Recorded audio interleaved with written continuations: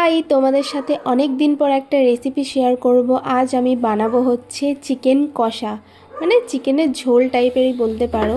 তো প্রথমে আমি সব কটা জিনিস কেটে নিয়েছি একেবারে, তারপর মশলাগুলো পেস্ট করে নিলাম। পেঁয়াজ কেটে নিয়েছি, বড় বড় করে আলু কেটে নিয়েছি, লঙ্কা নিয়েছি আর আদা রসুনগুলো পেস্ট করে দিয়েছি।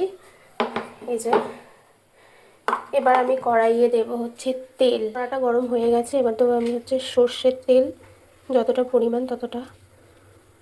আস্তে আস্তে আলুগুলোকে ছেড়ে দেবো, ততক্ষণ ভাজা হতে থাকবে। আলুগুলো ভাজা হওয়ার সময় দিয়ে দেবো পরিমাণ মতো নুন, দেবো হলুদ গুঁড়ো। যতক্ষণ না লাল লাল হয়ে আসছে ততক্ষণ এইভাবেই ভাজতে থাকবে। প্রায় লাল লাল হয়ে এসছে, এবার এটাকে তুলে রাখবো। তো ভাজা হয়ে গেছে, এবার তেল গরম হওয়া অবধি এর মধ্যে দিয়ে দেবো হচ্ছে গোটা গরম মশলা।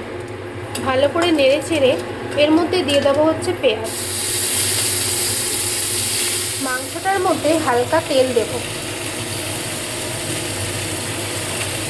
সর্ষের তেল দিয়ে দেবো পরিমাণ মতো নুন, পরিমাণ মতো হলুদ।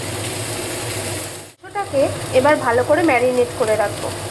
পেঁয়াজটা যতক্ষণ না একটু লাল লাল হয়ে আসছে ততক্ষণ ভালোভাবে ভেজে নেব। পেঁয়াজটা তো প্রায় ভাজা ভাজা হয়েই এসছে, এবার এর মধ্যে দেবো হচ্ছে কাঁচা লঙ্কা, আদা রসুন বাটা। এরপর এটাকে ভালো করে নাড়বো। মাংসে আগে থেকেই নুন দেওয়া আছে বা হলুদ দেওয়া আছে, তাই এখানে অল্প পরিমাণে দিয়ে দেবো স্বাদ মতো। দিয়ে দিলাম নুন, এবার দেবো হচ্ছে হলুদ গুঁড়ো,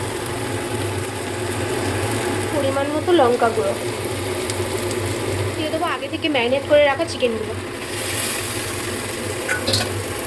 এবার ভালো করে কষাবো প্রায় 10 থেকে 15 মিনিট। এগুলো কষানোর সাথে সাথে আগে থেকে ভেজে থাকা আলুগুলোও দিয়ে দেবো। এরপর ভালো করে আলু আর মাংসগুলো কষাবো। আমি প্রথমবার মাংস করছি, না প্রথমবার নয়, অনেক দিনই করেছি, বাট এইভাবে ভিডিও কখনো করিনি।